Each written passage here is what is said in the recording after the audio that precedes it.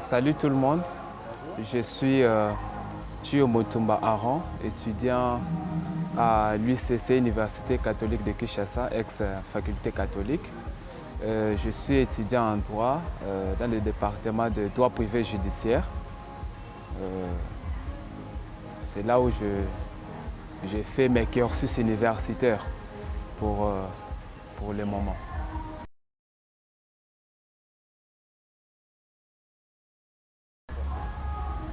Oui, pourquoi le droit, ça figure parmi les premières questions qui m'ont été posées avant que je puisse choisir ces filières. Si je me rappelle encore bien, c'était au début des années 2019, quand j'ai décroché ma bac.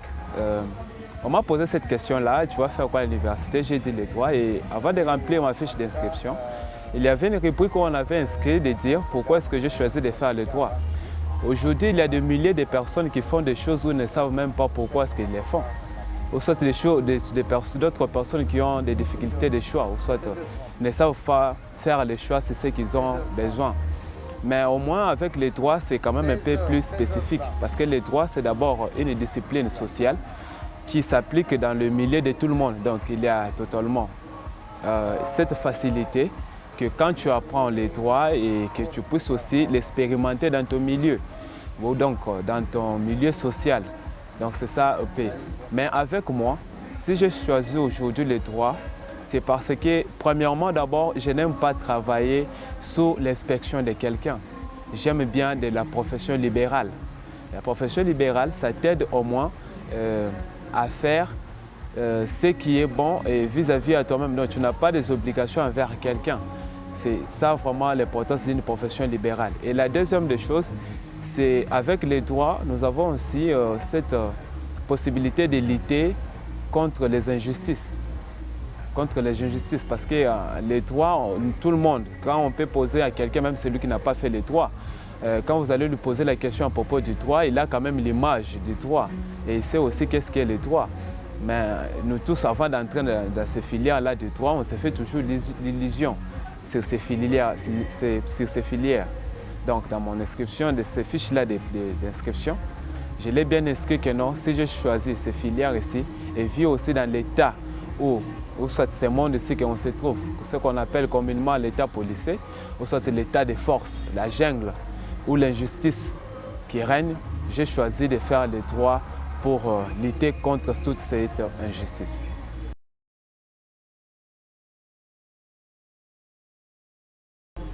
Bon, en parlant de l'injustice, on voit que c'est le quotidien. En plus, si on parle des Congolais, donc c'est le quotidien des Congolais. Bon, si peut-être nous-mêmes on ne l'a pas vécu, mais dans les milieux où nous sommes, on doit aussi le subir. Bon, si je peux évoquer de tels cas, vous pouvez voir que c'est la loi du plus fort qui régit toujours dans des sociétés. Vous allez voir qu'il y a d'autres personnes, par exemple, parce qu'il a un poste, parce qu'il a du pouvoir, il exerce maintenant pour dominer sur les autres. Donc vous voyez, c'est ça cette injustice-là qu'on veut au moins parler. Donc la loi du plus fort qui prime toujours sur les petits, c'est ça le plus difficile. Donc c'est ça qui résulte aussi une force, une motivation en nous pour qu'on puisse aussi lutter vis-à-vis à toute cette injustice. Donc quand on parle au moins de l'injustice, on voit à tous ces sens, du point de vue du fond et même aussi du point de vue de la forme. Donc quand on parle au moins de l'injustice, c'est le quotidien des Congolais. Même pas au Congo, mais partout dans le monde. On sait toujours que celui qui détient quelque chose a le droit de primer ceux qui ont besoin de la chose en question. Donc pour moi, et pour mieux remédier à cette pratique, à cette coutume, j'ai choisi cette arme ici qu'on appelle le droit.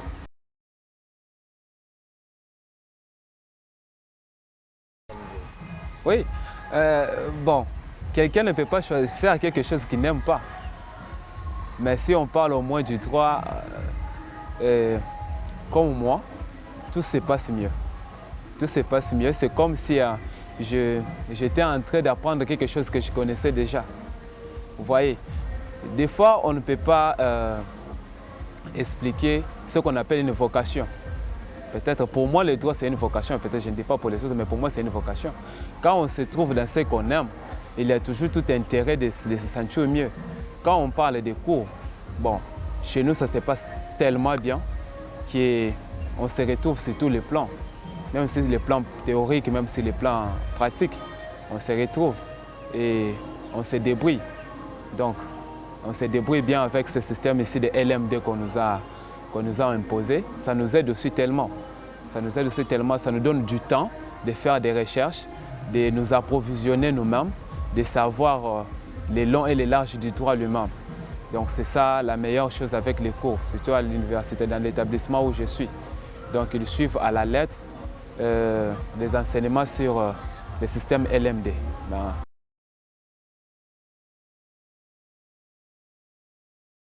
Bon, le choix de l'UCC vis-à-vis à d'autres établissements. L'UCC est un peu sérieux dans les donations de cours et dans les procédures aussi.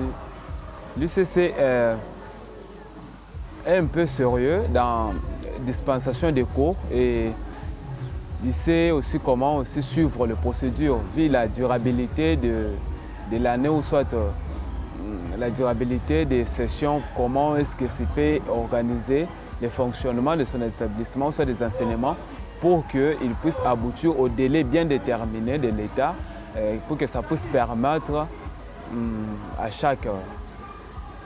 aux étudiants, ou soit à l'élaboration du calendrier trimestriel, ou soit du calendrier académique. Ils les respectent aussi normalement vis-à-vis à d'autres établissements que je ne peux pas citer en passant. L'UCC, et à part ça, l'UCC donne d'une manière aussi sincère ses cours.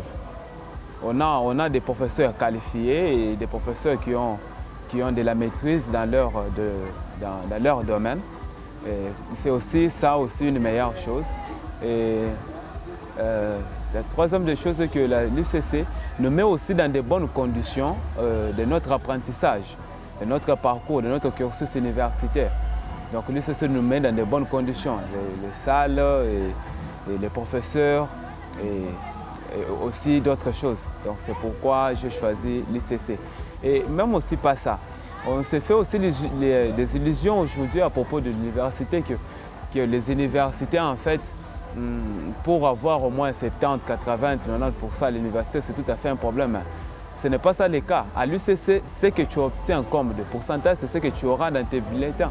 Donc c'est ça aussi une sorte des avantages qu'on a à l'UCC.